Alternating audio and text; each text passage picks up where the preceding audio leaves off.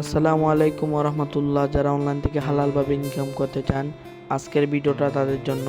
তো প্রথমে আমি যেটাতে কাজ করি ওইটাতে গেলাম, live good digital business platform.